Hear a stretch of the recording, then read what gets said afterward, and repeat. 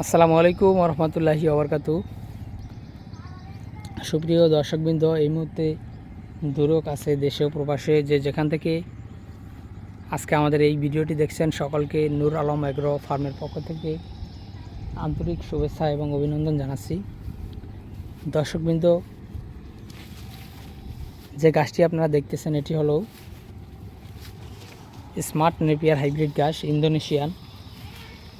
দর্শক, এই গাছটি আপনি যে কোনো গবাদি পশুর খামার করেন না কেন, এই গাছটি আপনি লাগাতে পারেন। এই গাছটি আপনার ফলন যেমন হয়, এই গাছটিতে প্রোটিনের পরিমাণ অনেক বেশি। ক্যালসিয়াম, প্রোটিন, ভিটামিন, আয়রন সব কিছুই কিন্তু পর্যাপ্ত পরিমাণে এই গাছটিতে রয়েছে।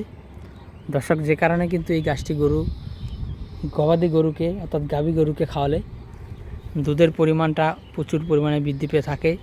এটা কিন্তু 100% পরীক্ষিত। দর্শক, আমরা নিজেরাও গাভীকে এই গাছটি খাওয়াই, সেখানে কিন্তু এই ইন্দোনেশিয়ান স্মার্ট নেপিয়ার গাছটি খাওয়ালে দুধের পরিমাণ অনেকটা বৃদ্ধি পায়। যেটা কিন্তু আপনি জারা ঘাস কিংবা পাকচন ঘাস কিংবা লাল পাকচন কিংবা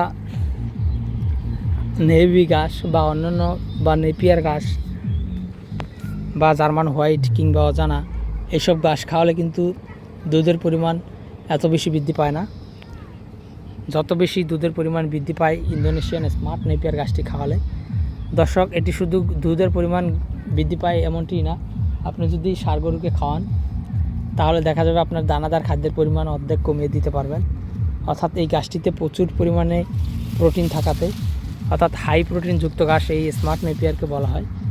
এটিতে প্রোটিন বেশি হওয়ার কারণেই কিন্তু এটি গবাদি গাভীকে খাওয়ালে দুধ যেরকম বৃদ্ধি পায়, পাশাপাশি ষাঁড় গরুকে খাওয়ালেও আপনি দানাদার খাদ্যের পরিমাণ অনেকটা কমিয়ে দিতে পারবেন। তো দর্শক বন্ধু, আমরা এই গাছের পরিপক্ক কাটিং সারা বাংলাদেশে সুন্দরবন কুরিয়ার সার্ভিসের মাধ্যমে বুকিং দিয়ে থাকি। আপনি যদি এই গাছের কাটিংগুলো সংগ্রহ করতে চান তাহলে অবশ্যই আমাদের স্ক্রিনে দেওয়া নাম্বারে যোগাযোগ করবেন। সকলকে অসংখ্য ধন্যবাদ।